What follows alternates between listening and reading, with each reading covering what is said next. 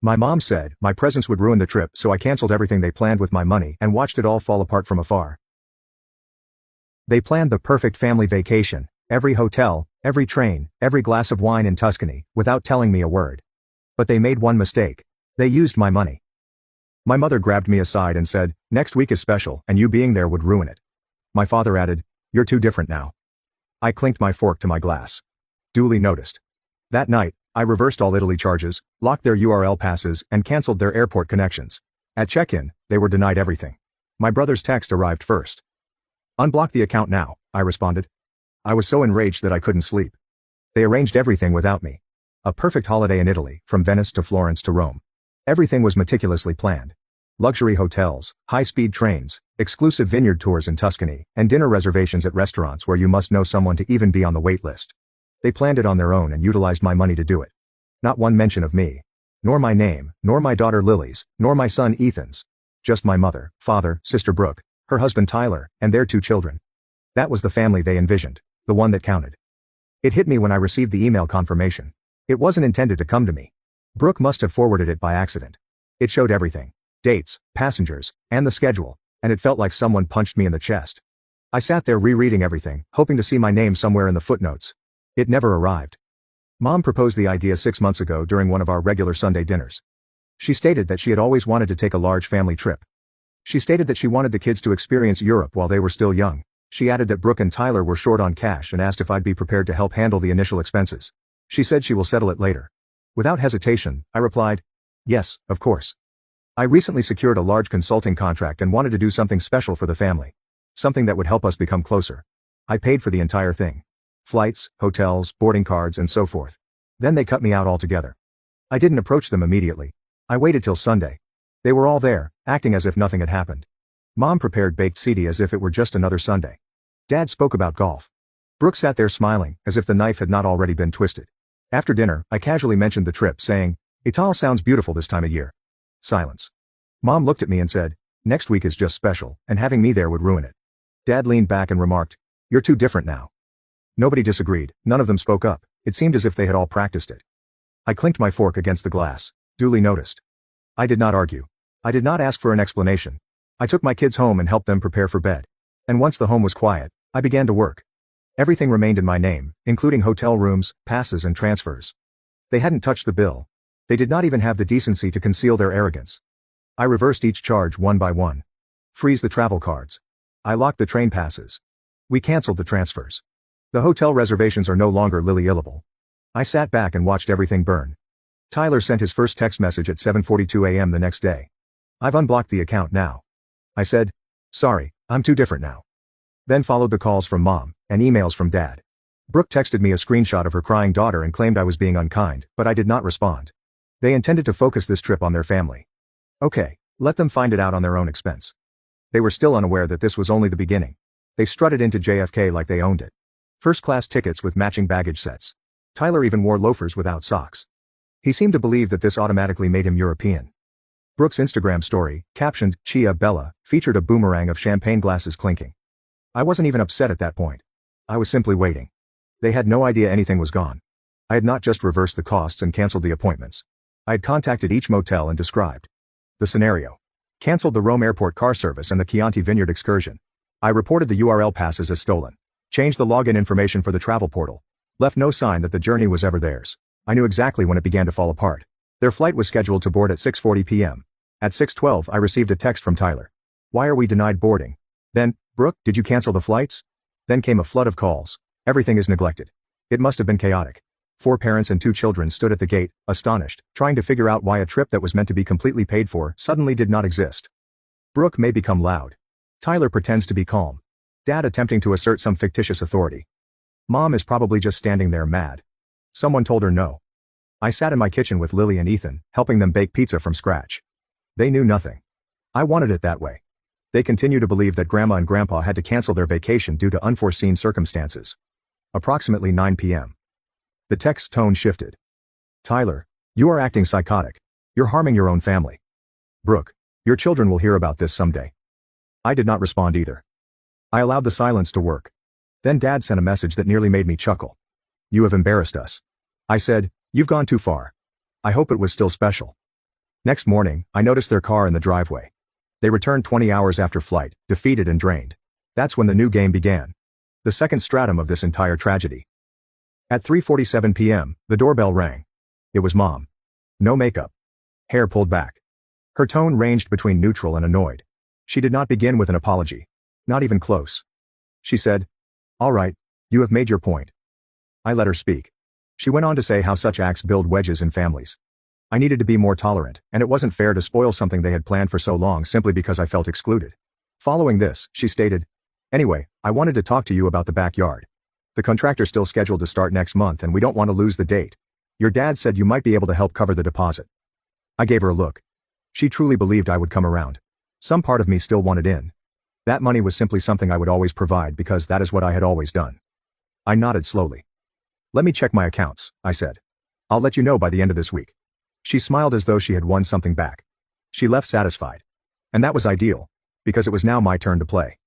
The silence was strategic. I could tell they were allowing me just enough space to save face. Calculation, not respect. In their views, I was presumably sulking, regretting my actions at the airport, and running out of steam. They expected me to return with a check and an apology, as I usually did. They didn't comprehend that something had finally shattered in me. On Thursday, the first feeler arrived. Brooke texted as if she were contacting a coworker. "Hey, Mom mentioned you were thinking about helping with the backyard project. Please let us know so that we can confirm with the contractor." There was not even one question in there. There was no warmth, only the blank family tone they used whenever they needed anything. I left it unread for several hours. Then I replied, "We're still sorting things out, we'll let you know soon." That quickly changed into tomorrow, then the day after. By Friday morning, Mom had sent a longer note. "The contractor requires the deposit today to hold the schedule. We're attempting not to miss the fall installation window. Could you confirm?" I wrote back. "I might be able to ship half. Let me check with my bank." I did not check anything. Saturday, nothing from me. Sunday is still peaceful. Monday, Dad called. I watched his name appear on my screen and let it ring out. A minute later the text arrived. "We are not attempting to put you under pressure. All we need is to know what's going on so we can plan accordingly." I texted back. "I totally get it. Should get an answer soon." And I let it stretch again. Brooke sent a voice memo on Wednesday afternoon. I didn't even listen. Just looked at the waveform. She was most likely pretending to be kind, understand, and act as if everything was normal. Later that night, I finally responded. "Talk to the bank today. Small issue with a flag transaction. I think I can send it by Friday." That was the final hook. The one who made them wait again, made them circle another date on the calendar in anticipation. Friday arrived and passed. No payment, no message. Saturday morning, Dad wrote, "We told the contractor we'd handle it ourselves, don't worry about it," followed by a different message from Mom. "If you still wish to contribute later, every bit helps." I could sense the frustration building beneath those remarks, not because of the money, but because I wasn't doing what I was used to doing. Save them. Smooth it all over. Make the discomfort go away. And now they were trapped with their agony. Brooke emailed a photograph that night. Their backyard had patchy grass with a few white markers designating where a patio may have gone. She captioned it, "Still hoping to accomplish something before the weather turns." I did not respond. I simply stared at it. The space between us was no longer uneasy. It was expanding with purpose. For the first time in my life, I was finished making sure they were okay. And they were just beginning to understand what that meant. A week passed with nothing but stillness. There was no note from Mom, Dad, or Brooke. No nice nudges in the backyard. There have been no developments about rescheduling the trip. Just nothing. It might have seemed tranquil if I hadn't known them so well. They were not moving on. They were regrouping, waiting for me to leave, and making me believe I was the one who had walked away. Then a completely unexpected event occurred. I received an SMS from my cousin Rachel. "Hello, just checking in. Grandma is terribly upset about the Italy situation. You okay?" It completely stopped me. Grandma? She had not been mentioned once in the entire fiasco. She lives alone in Albany and has not traveled in over a decade. She sends handmade thank you cards and remembers everyone's birthdays. I always avoided family drama. I asked Rachel what Grandma was concerned about. She proceeded. "Brooke told her you canceled the trip out of nowhere and made them lose thousands. Grandma's confused and thinks you might be having some kind of breakdown." That's it. They were already altering the story. I was no longer the man who had to foot the tab and was excluded. I was now the erratic son who ruined a pleasant family getaway. Of course they would distort it in that direction. They have always had control over the narrative up until now. I called Grandma. She responded right away. Voice is soft but heavy. "Nathan," she asked. "What happened, honey?" I told her everything. I didn't make it overly dramatic. I did not vent. I just lay everything out. How I was requested to pay months ago. How they prepared every aspect without involving me or my children. How I discovered out by accident. And so, when I brought it up, they said I had destroyed the trip simply by being there. She did not interrupt once. After a long pause she stated, "That is not what they told me. They said you refused to go. You claimed you canceled the cards in a fit of wrath. I told her it wasn't even close." She was quiet again. Then she said, "I'm so sorry, Nathan. I don't know what's wrong with them." That was all I needed to know. But the consequences came swiftly. An hour later, I received a text message from my mother. "Did you tell Grandma a warped version of events?" Then, "Brooke, you're making matters worse. She is old, Nathan. She does not need this much stress." Tyler even joined in. "This is harmful behavior, man. You are turning people against their own families." I finished reading each one without feeling furious or sad. They had excluded me, lied about it, attempted to influence Grandma, and now have the audacity to accuse me of being divisive. So I responded with a final note, forwarded to the group chat with the 4 of them. "I'm ceasing to provide financial assistance effective immediately. No more vacations, renovations, loans, or we'll pay you back texts. If I'm too different to be a member of the family, I'm also too different to support it. Good luck with the backyard." I pressed send and put my phone down. Nobody replied that night. Not because they were surprised, but because they realized I meant it. About a week after I cut them off, Brooke called me out of nowhere. A full phone call, not just a text. I didn't respond. She left a voicemail with an almost humorous tone, bright and charming, as if we were catching up after a trip. She stated she had been thinking about what I said and that we should all get together soon. She even mentioned that the kids miss you. As if that were a magical phrase. A few days later, Mom texted me a photo of a stack of inexpensive patio stones thrown in their yard. "There are no workers, no development, only a mess." She wrote, "We're still going to try and make it work ourselves. Found a good deal locally." It was a shift. Subtle, careful. Just enough to imply how hard we're working without you. While still offering me a door to crawl through if I wanted to return. I said, "Looks promising. Let me know if you need help hauling." This opened the door just enough, and they walked right in. Mom texted a long essay about how every family goes through seasons and how she hoped I understood that money was not the reason we wanted you around. She explained that we had all gotten a little lost in the planning process, and that it might be time for a reset. Brooke contacted me separately. She said she had been feeling odd since the airport incident and wanted to reconnect. There is no pressure. She asked if we could get coffee next week just to discuss. No expectations. Even Tyler, who normally sent one-word replies or passive-aggressive emojis, texted, "I think I overreacted." We all did. No hard sentiments. It was an impressive shift, similar to a full-fledged rebranding campaign. Suddenly I wasn't toxic, unpredictable, or too unconventional. I was valuable again, useful. So I decided to give them a taste of their own medicine. I informed Brooke that I would love to meet. I selected a date and time. She responded with a heart emoji and even expressed an interest in purchasing. Then, the morning of, I canceled. Said something cryptic about a long work call. She was disappointed, but polite. I completely understand. Let us reschedule soon. We did not. A few days later, Mom asked if I could pitch in a little with gravel delivery.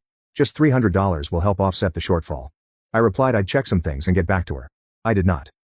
Dad indicated they were looking into firewood delivery for the winter. They said that the provider they used last year had hiked pricing. I asked him to provide me the URL. I said I would see what I could do. He did. I did not. And each time they followed up, I responded in the same tone they had used with me for years. Empty courtesy, courteous avoidance, and hazy curiosity with no commitment. It worked better than I expected. Brooke became silent first.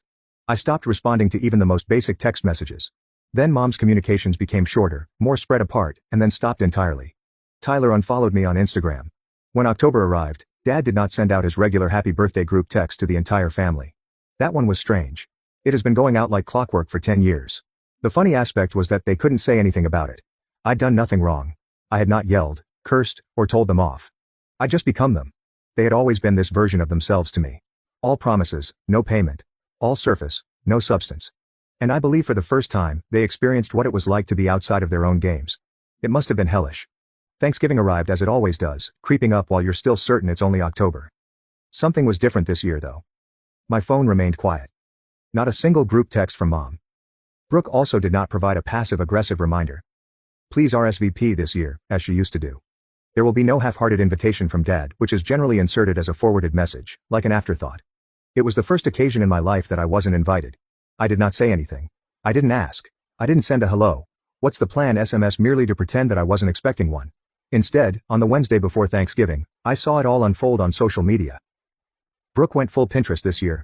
There was a large table set for 10, with many pumpkins as placeholders, handwritten name cards, and napkins folded into small fans. She captioned it, "Grateful for the real ones." Each chair was full. Each plate has a name. Mine was not one of them. Neither was Lily's nor Ethan's. It was deliberate. It was not about forgetting. It wasn't a miscommunication. They made a choice. No, Nathan. There was no reminder of what had changed. Just a carefully crafted version of family, the one who did not challenge them. They were never asked to feel sorry or responsibility. I did not tell Lily or Ethan anything. We prepared our own dinner. Not turkey. They voted for homemade mac and cheese and waffles. So that is what we did. We ate on the couch, watched old movies, and laughed so hard that I almost forgot what day it was. A few days later, I ran across Rachel again. The parking lot for the grocery shop. Same weird half smile. They did not invite you? She inquired, even though she already knew the answer. Nope, I said. First year. She nodded slowly. Brooke explained to Grandma that it was just easier this way. Less tension means less tension. That's how they put it, cutting me and my children out altogether. They could mute us just like background noise. As if their issue wasn't what they did to me, but how uncomfortable it felt them to look at it. Christmas came next, and I didn't even check my phone. The only snapshot I saw came from a neighbor who follows Brooke on Instagram. She displayed a family photo in front of the fireplace. Matching pajamas, 5 stockings, hot cocoa, as usual. I zoomed in out of curiosity. There were names on the stockings. None for my children. There was no Lily, Ethan or me, not even a just-in-case placeholder hanging at the end. The message could not have been clearer. They weren't simply excluding me. They were deleting us. It seems ridiculous at first. I would be lying if I said otherwise. But the discomfort did not last. It transformed into something colder and quieter. Not bitterness, but distance. I had no idea I could achieve such emotional quiet. By January, I had stopped checking their names in my alerts. I drove Lily and Ethan to Seattle for New Year's. It's just us. We walked around Pike Place Market in the rain, rode the Ferris wheel, purchased costly souvenirs, and stayed in a hotel with a fireplace and robes that made them chuckle. It was not traditional. It was not planned down to the second. It was real. And for the first time in years, I didn't feel as though I was missing anything. I did not feel left out. I felt free. Surprisingly, that was my most financially successful year. I landed 3 new clients, finally completed a nightmarish project from the previous year, and had more money in my accounts than I'd ever had. I could have purchased Melanie's entire backyard times over. They could have paid for the trip again and upgraded every seat. Could have given them a blank check to show a point. Instead, I constructed a heated driveway in my home and began arranging a summer road vacation with my children. There's no need for group conversation. No approval is required. They stopped inviting me not because I had changed, but because I had ceased following their rules. I stopped making it easy for people to use and disregard me simultaneously. And once the money was gone, and I made it obvious that nothing else came with it, not silence, forgiveness, or a smile, they had no idea how to treat me again. So they didn't. They cut me out for their own comfort. And I stayed outside to keep my peace. 2 months have gone. It was February when I received the envelope. Plain, with no return address. Only my name written in my mother's unsteady handwriting, as if she wasn't sure whether to send it. I stood in the kitchen, staring at it for a Well, I could have tossed it, but curiosity won. Inside was a folded note and a check. The letter contained only 2 paragraphs. The first stated that they were reaching out to repair what was left. The second stated that the check was for your half of the Italy vacation, as you did not attend. It went for $3,600. I laughed. Actually laughed. Not because of the quantity, but because they still assumed it was about money. Like they could wrap a ribbon around that week, repay my missing experience, and pretend nothing occurred. As if writing me a check will make up for the way they abandoned me and my children. I did not cash it. I fastened it on the fridge with a magnet and left it there. Tyler sent me a message 3 days later. Only one sentence. We need to talk. I ignored it. Brooke then texted, Grandma's in the hospital. She asked for you. That one made me pause. I called the hospital and confirmed it was correct. She had a mild heart condition, nothing serious, but she had asked for me twice. So I drove up. When I walked in, she smiled like if I hadn't missed a beat. Like we hadn't missed 2 holidays and a dozen family gatherings. We talked for an hour, largely about books, weather, and miscellaneous topics. Then she continued. Don't let them write the ending without you. I wasn't sure what to answer. On the way home I stopped at a diner and sat in my car with a coffee, staring at the check once again in my thoughts. That night, Brooke called again. This time, I picked up. She rushed right in, saying they wanted to reset everything. Said it could be time for a real conversation. She did not apologize, not precisely. However, she stated that the children inquired as to why they had not seen Lily and Ethan in such a long time. She suggested we get everyone together soon. Then comes the unexpected part. She mentioned that her mother and father were discussing selling the house. She stated that the proceeds from the sale might be put into a pooled account for family purposes. She called, and they hoped I might help construct something for the future. I did not even respond. I've just ended the call. The following morning, I mailed the check back. There's no note, just the check. That was the end. No fighting, no yelling, just silence. Nothing has happened since then. No texts, calls, or phony family brunches. It's as if they sensed I was done playing alone. There is no longer leverage or fallback. The group threads have stopped humming. Birthdays go unmentioned. Rachel told me that the house eventually sold. They purchased a modest property outside the city. Nobody invited me to see it. I don't believe they hate me. I believe I scared them because I was not bitter. I was not dramatic. I did not try to win. I've just departed. And I did not look back.